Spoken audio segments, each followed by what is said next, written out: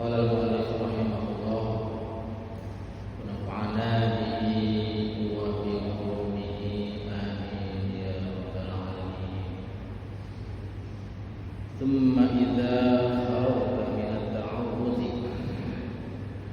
kemudian apabila engkau selesai minat ta'awudhi, dari membaca ta'awudh, membaca a'udzubillahi minasyaitonir rajim, wa min qaulika, dan dari bacaan bismillahirrahmanirrahim, wa minat tahmidi, dan dari memuji Allah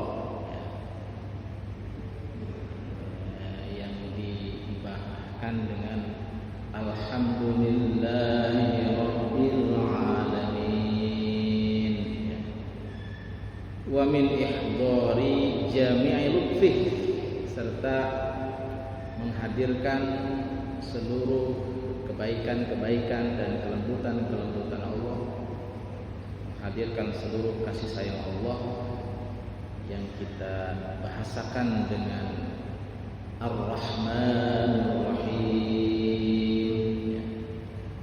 Lalu kemudian wa ta'zim wal khauf, mengagungkan Allah sebagai raja, sebagai pemilik, kemudian merasa takut kepada Allah dalam hari pembalasan yang kita baca Maliki yaumiddin, wa min izharil hajati ilal i'anah, dan setelah mengungkapkan kebutuhan kita kepada pertolongan Allah, pada hidayah dan pertolongan Allah, ihdinas siratal mustaqim, nah tunjukkan kami iyyaka na'budu wa iyyaka nasta'in, hanya kepadamu kami menyembah dan hanya kepadamu kami memohon perlindungan, pertolongan.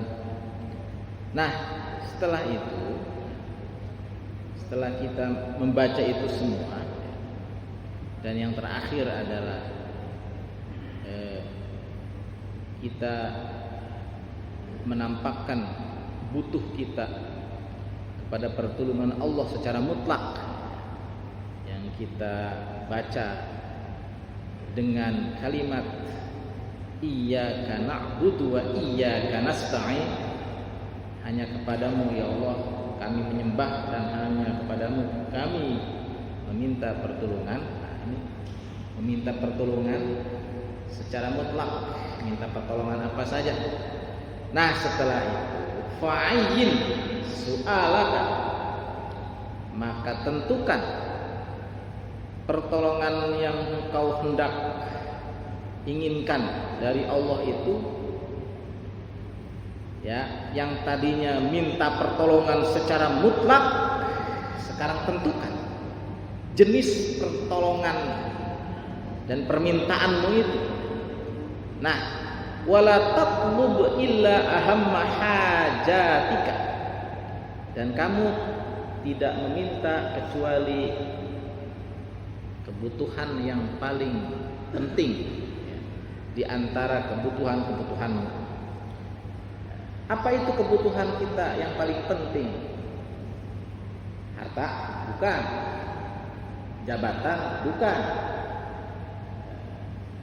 Kekayaan? Bukan. Kedudukan tinggi? Bukan. Ya. Kemapanan sosial, gengsi yang tinggi, kedudukan yang mentereng, bukan.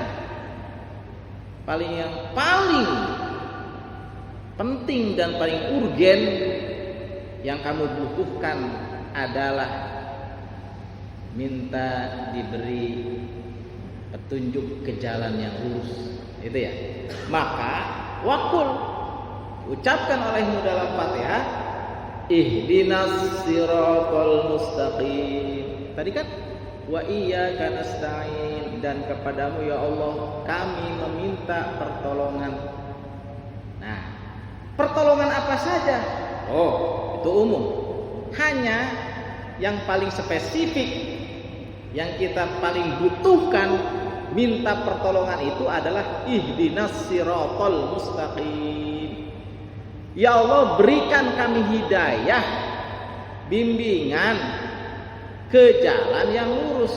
Nah, hidayah ke jalan yang lurus adalah kebutuhan kita yang paling penting, yang paling urgen.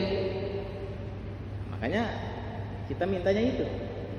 Ya, dalam surah Al-Fatihah tuh, ihdinas siratal mustaqim. Ya Allah, bimbing kami ke jalan yang lurus. Allazi yasukuna ila jiwarika.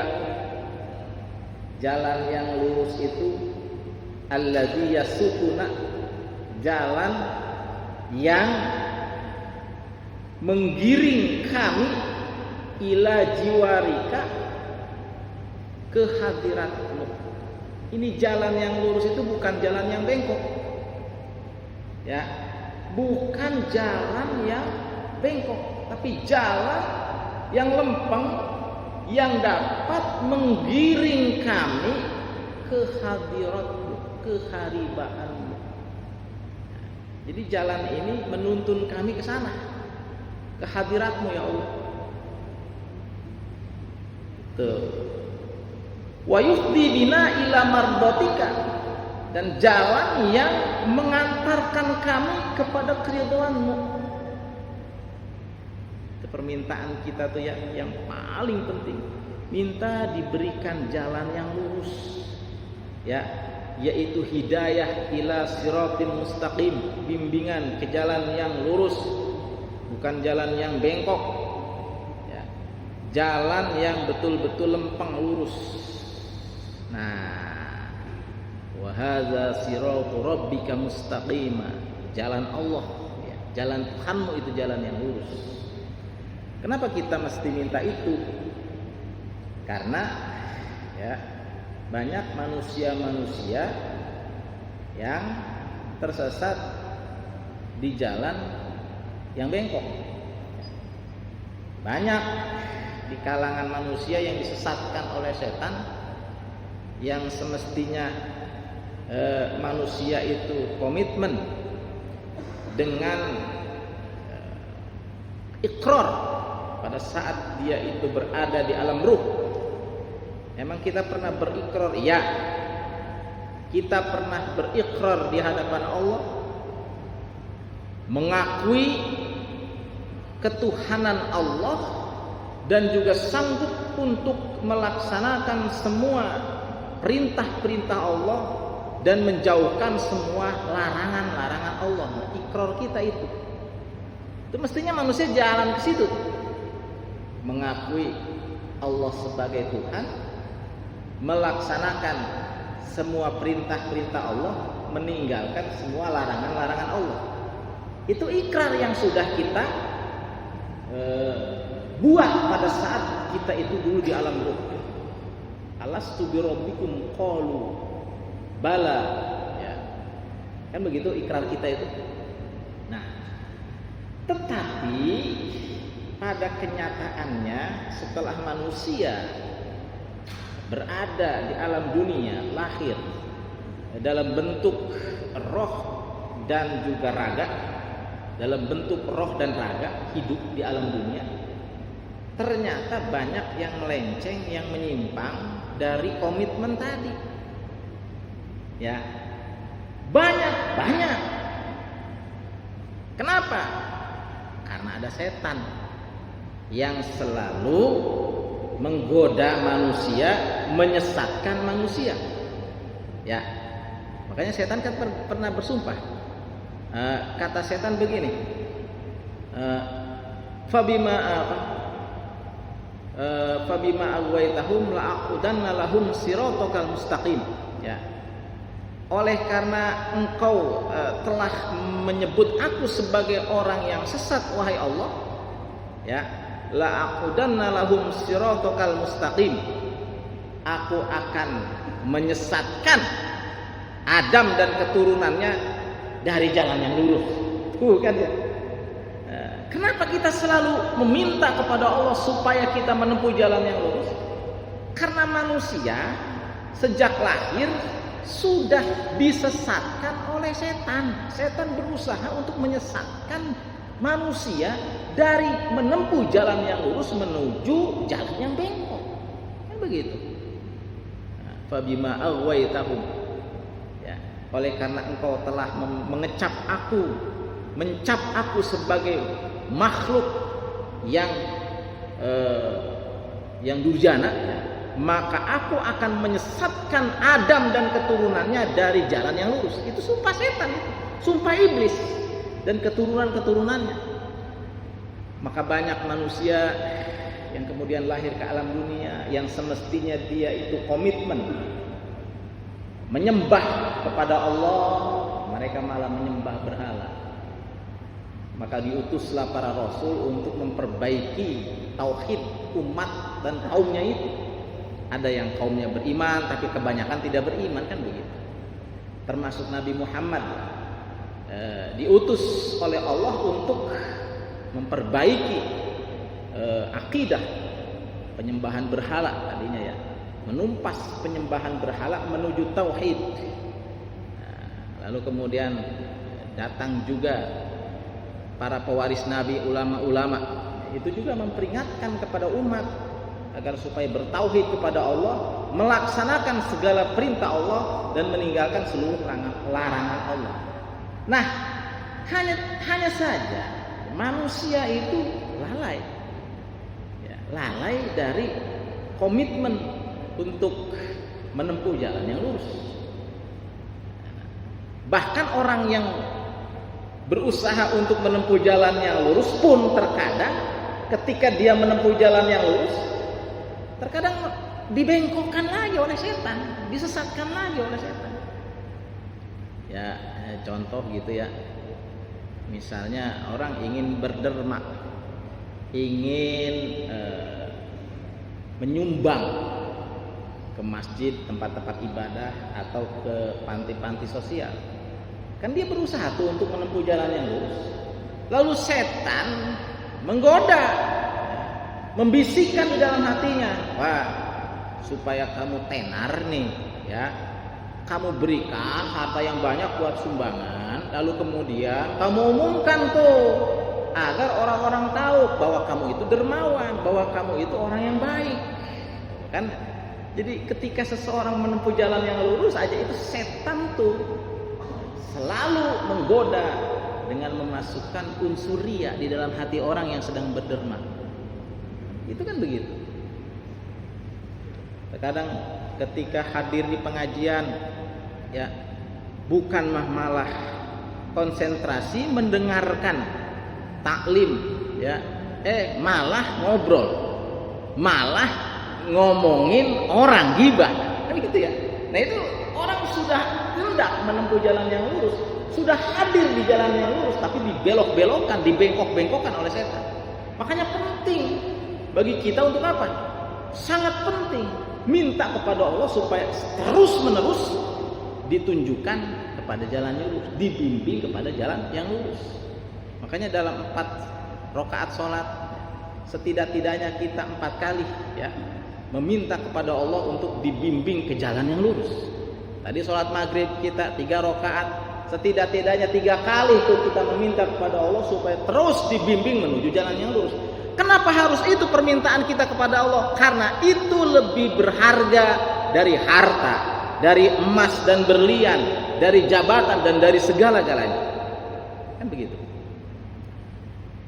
Nah, wazidhu syarhan wa tafsilan wa ta'kidan. Lu tambahkan olehmu dari permintaan tersebut syarhan, penjelasan, wa tafsilan, rincian, wa ta'kidan, dan penguat, wastishhadan, dan pendukun, ya. Ihdinas siratal mustaqim, ya Allah bimbing kami menuju jalan yang lurus. Jalan yang lurus itu jalan yang seperti apa? Lalu kemudian dikuatkan, siratal ladzina an'amta 'alaihim ghairil maghdubi 'alaihim waladdallin. yaitu jalan orang-orang yang telah Engkau berikan nikmat kepada mereka, bukan jalan orang-orang yang dibenci, dan juga bukan jalan orang-orang yang sesat. Nah, jadi jalan yang lurus itu kita jelaskan tuh, ya, permohonan kita kepada Allah, meskipun Allah Maha tahu ya, tapi kita jelaskan jalan yang bagaimana. Dijelaskan billadzina afadu alaihim ni'matal hidayah minan nabiyina wasiddiqina wasyuhada'i wassolihin. Ya. Jalan orang-orang afadu alaihim ni'matal hidayah. Jalan orang-orang yang telah dicurahkan kepada mereka nikmatnya petunjuk. Ya. Petunjuk itu nikmat. Bimbingan dari Allah itu nikmat. Ya. Siapa saja tuh orang-orang khusus yang sudah mendapatkan nikmatnya petunjuk, nikmatnya hidayah, minan nabiyina, yakni para nabi, jalan yang ditempuh oleh para nabi, ya Allah, wasiddiqin, dan orang-orang siddiqin, wasyuhada'i, dan orang-orang yang mati syahid, wassolihin, dan orang-orang yang soleh. Ya Allah, tunjukkan kami kepada jalan yang lurus, yaitu jalan yang sudah ditempuh oleh para nabi, jalannya para nabi, jalannya para as-siddiqin, orang-orang yang betul-betul membenarkan Allah, ya, meyakini terhadap keagungan Allah, wasyuhada'i, dan orang-orang yang mati syahid, wassolihin, dan orang-orang yang soleh. Jalannya orang-orang yang mati syahid dan jalannya orang-orang yang soleh. Dunal ladzina ghadiba alaihim, bukan jalannya orang-orang yang dibenci, minal kufari, dari golongan orang-orang kafir, wazzaighina, bukan juga jalan orang-orang yang sesat, minal yahudi, dari golongan Yahudi, wan Nasoro, dan golongan Nasrani, wassabiina, dan golongan as-sabiin. As-sabiin itu yaitu para penyembah bintang. Nah, ghairil maghdubi alaihim waladdallin. Jadi itu semua adalah rangkaian dari pendalaman kita, pemahaman kita terhadap surah Al-Fatihah. Itu tadi penjelasannya dimulai dari minggu kemarin ya. Lalu kemudian tadi itu sudah selesai ya. Lalu tsummal tamis al-ijabata. Kemudian mintalah olehmu al-ijabata agar doa-doamu tadi itu ya, ihdinas siratal mustaqim siratal ladzina an'amta 'alaihim ghairil maghdubi 'alaihim waladdallin, itu dikabulkan oleh Allah. Maka waqala waqul, dan katakan olehmu amin, amin, amin. Amin itu kalau dalam bahasa Arab, dalam ilmu nahwu ya, itu disebut sebagai isim fi'il amar. Amin itu artinya istajib doa anak. Ya Allah, ya, kabulkanlah ya Allah doa kami. Jadi kalau kita mengatakan amin, amin, ya Allah kabulkan doa kami, ya Allah kabulkan doa kami, ya Allah kabulkan doa kami. Nah gitu tuh, itu arti daripada amin. Nah, para jamaah yang dirahmati Allah Subhanahu wa taala. Fa idza talautal Fatihata, apabila engkau telah membaca surah Al-Fatihah, kadzalika seperti tadi. Bismillahirrahmanirrahim, dari auzu ya. A'udzubillahi minasyaitonirrajim. Bismillahirrahmanirrahim sampai selesai, lengkap dengan penghayatan-penghayatannya. Lengkap dengan tadabbur kita terhadap makna-makna Fatihah sebagaimana yang telah dijelaskan oleh Imam Al-Ghazali kemarin. Nah, fayashbahu an takuna minal ladzina qala lahumullahu fihim. Maka sudah serupa antakuna bahwa engkau minalladzina tergolong orang-orang qala Allahu ta'ala fihim yang telah difirmankan oleh Allah. Ini kalau memang sudah rampung bacaan Fatihah seperti tadi, berikut dengan penghayatan maknanya dan tadabbur daripada isi dan kandungannya, maka engkau hampir mirip dengan orang-orang yang digolongkan dalam firman Allah fima akhbaru anhu Nabi, yang diberitakan oleh Nabi di dalam hadis kursi. Ada hadis kursi itu namanya firman Allah tapi disabdakan oleh Nabi. Kan firman Allah ada yang tertuang di dalam Al-Quran, itu namanya firman Allah berupa Al-Quran. Ada firman Allah yang tidak tertuang di dalam Al-Quran tetapi diungkapkan oleh Nabi, itu namanya hadis kursi. Nah, di dalam hadis kursi Allah berfirman, qasamtu sholata baini wa baina abdi. Qasamtu, aku membagi as-sholata ai al-fatihata. Jadi yang dimaksud dengan sholat dalam hadis ini adalah Fatihah. Dalam ilmu balaghah disebut majaz mursal ya. Mim babi itlaqil kul wa iradatil juz.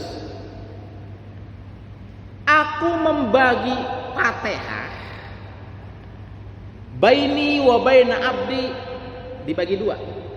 Aku membagi Fatihah antaraku dengan hambaku nisfaini, dibagi dua. Itu nisfaha li, nisfuha li wa nisfuha li abdi. Separuh untukku dan separuh untuk hambaku. Jadi bacaan Fatihah itu ya secara makna dibagi dua. Ada Fatihah untuk separuh Fatihah itu untuk Allah dan separuh Fatihah itu untuk hamba yang membacanya dalam sholat. Kok begitu? Iya, karena ada Fatihah yang isinya adalah separuhnya menyanjung Allah ya, memuji Allah, mengatakan bahwa segala puji bagi Allah ya, Allah Maha Pengasih, Allah Maha Penyayang, Allah yang menjadi raja pada hari kiamat ya. Itu adalah untuk Allah karena pujian. Nah, iyyaka na'budu, hanya kepadamu ya Allah kami menyembah, itu juga untuk Allah ya kan, karena berpasrah kepada Allah. Nah, ada juga untuk hamba yang sedang membacanya. Misalnya wa iyyaka nasta'in, kepadamu ya Allah kami meminta pertolongan, itu untuk hamba. Ihdinas siratal mustaqim, ya Allah tunjuki kami jalan yang lurus. Itu kan untuk hamba. Ya. Siratal ladzina an'amta 'alaihim, yaitu jalan orang-orang yang telah Engkau berikan nikmat kepada mereka. Ghairil maghdubi 'alaihim waladdallin, bukan jalan yang orang-orang yang dibenci atau jalan orang-orang yang tersesat. Untuk kita hamba. Jadi Fatihah untuk Allah berupa pujian, sanjungan, ya, pujaan kita kepada Allah, kepasrahan kita kepada Allah, ya, lalu kemudian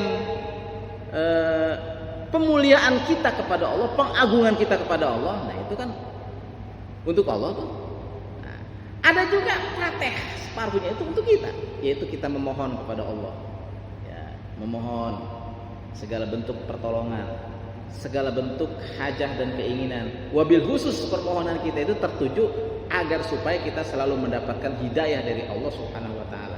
Nah, ini ya, makanya disebut Fatihah itu dibagi separuh untuk Allah, separuh untuk hamba. Yaqulul abdu alhamdulillahi rabbil alamin. Seorang hamba berkata alhamdulillahi rabbil alamin. Ya. Nah, fayaqulullah, ketika seorang hamba membaca Fatihah, membaca alhamdulillahirabbil alamin, fayaqulullahu, maka Allah berkata, hamidani abdi wa asna alayya. Hambaku telah memujiku dan hambaku telah memuja. Hambaku telah memuji dan memuja kepadaku. Jadi ketika kita membaca alhamdulillahirabbil alamin, maka Allah menimpalinya dengan kata-kata, dengan firman-Nya hamidani abdi wa asna alayya. Ya. Nah, maka jadi ada semacam komunikasi antara kita dengan Allah. Ya, di sini letak komunikasinya kita. Ketika kita membaca alhamdulillahirabbil alamin, segala puji bagimu ya Allah, Rabb, Tuhannya sekalian alam, maka Allah mengatakan hamidani abdi wa asna alayya. Oh, hambaku telah memujiku, hambaku telah menyanjung. Oh, kan ada komunikasi, bro. Maka tepat kita di dalam sholat itu ya membaca sami Allahu liman hamidah. Kan gitu ya? Wa huwa ma'na qaulihi sami Allahu liman hamidah. Gitu ya. Ketika dari ruku ke i'tidal kita akan baca sami Allahu liman hamidah. Allah mendengar orang yang sedang memujinya. Tadi ketika kita membaca alhamdulillahirabbil alamin, Allah mendengar pujian kita. Lalu Allah meresponnya dengan berdialog, hamidani abdi wa asna alayya. Oh, hambaku ini sedang memujiku dan sedang menyanjungku. Kan begitu. Ya Allah. Gitu ya. Nah, lalu wa idza qala maliki yaumiddin. Ya. Alhamdulillahirabbil alamin. Wa idza qala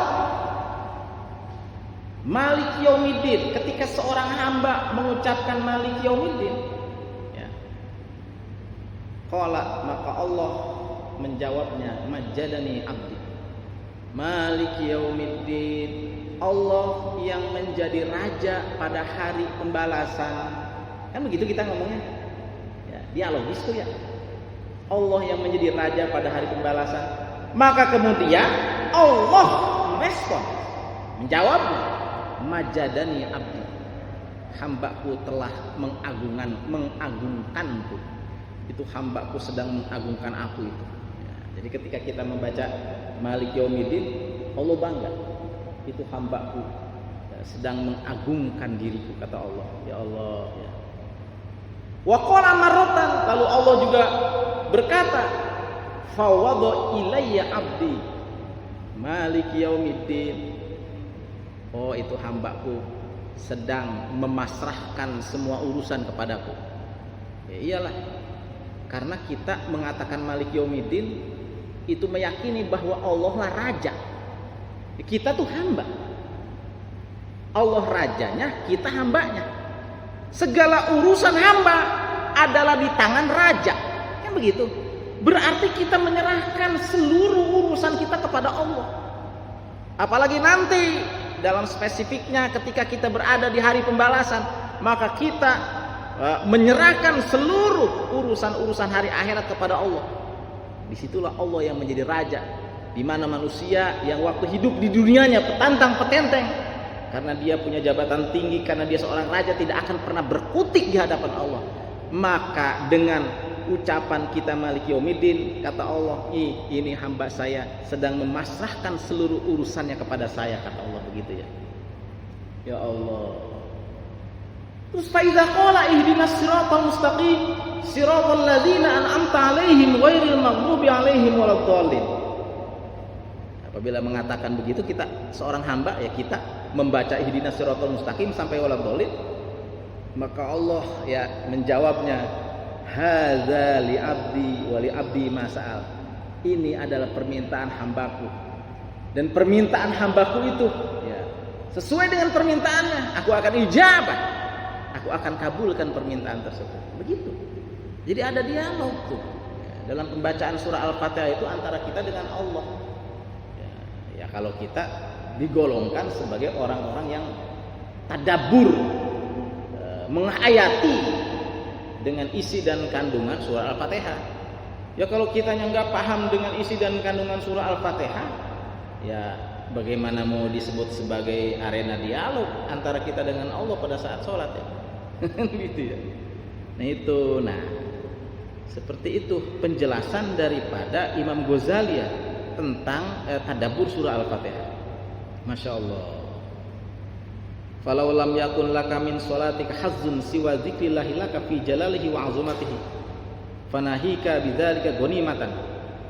Kalau seandainya dalam sholatmu itu tidak ada satupun bagian ya, selain zikir kepada Allah, mengingat akan keagungan dan kebesaran Allah Subhanahu wa taala, fanahika bidzalika ghanimatan, maka cukup bagimu itu sebagai sebuah harta yang sangat luar biasa, berharga dan bernilai.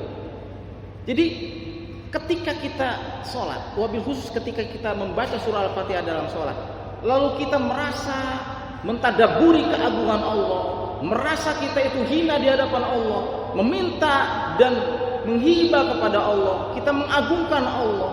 Nah, kita menyadari akan kebesaran dan kehebatan Allah, dan kita ingat akan hal tersebut, kita tadaburi itu di dalam hati kita ketika kita membaca surah Al-Fatihah khususnya, maka cukup itu merupakan harta yang paling berharga yang kita miliki, jauh lebih berharga dari harta-harta yang lain. Tinggal begitu ya. Berarti kalau kita selama sholat, ini koreksi bagi kita nih semuanya ya, kalau selama sholat kita tidak berhasil mentadaburi bacaan-bacaan Fatihah dan bacaan-bacaan sholat, berarti kita belum memiliki harta yang paling berharga. Maka dari itu kita selalu dengan taklim ini ya berusaha untuk memperbaiki.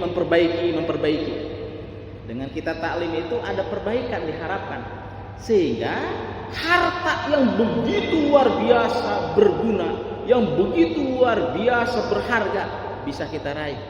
Kenapa? Karena tadabbur kita, kehusyuan kita dengan bacaan-bacaan sholat. Nah, para jamaah yang dirahmati oleh Allah Subhanahu wa taala, ini saja ya, mudah-mudahan ada manfaatnya. Ada Allah wa iyyakum ajmain. Assalamualaikum warahmatullahi wabarakatuh.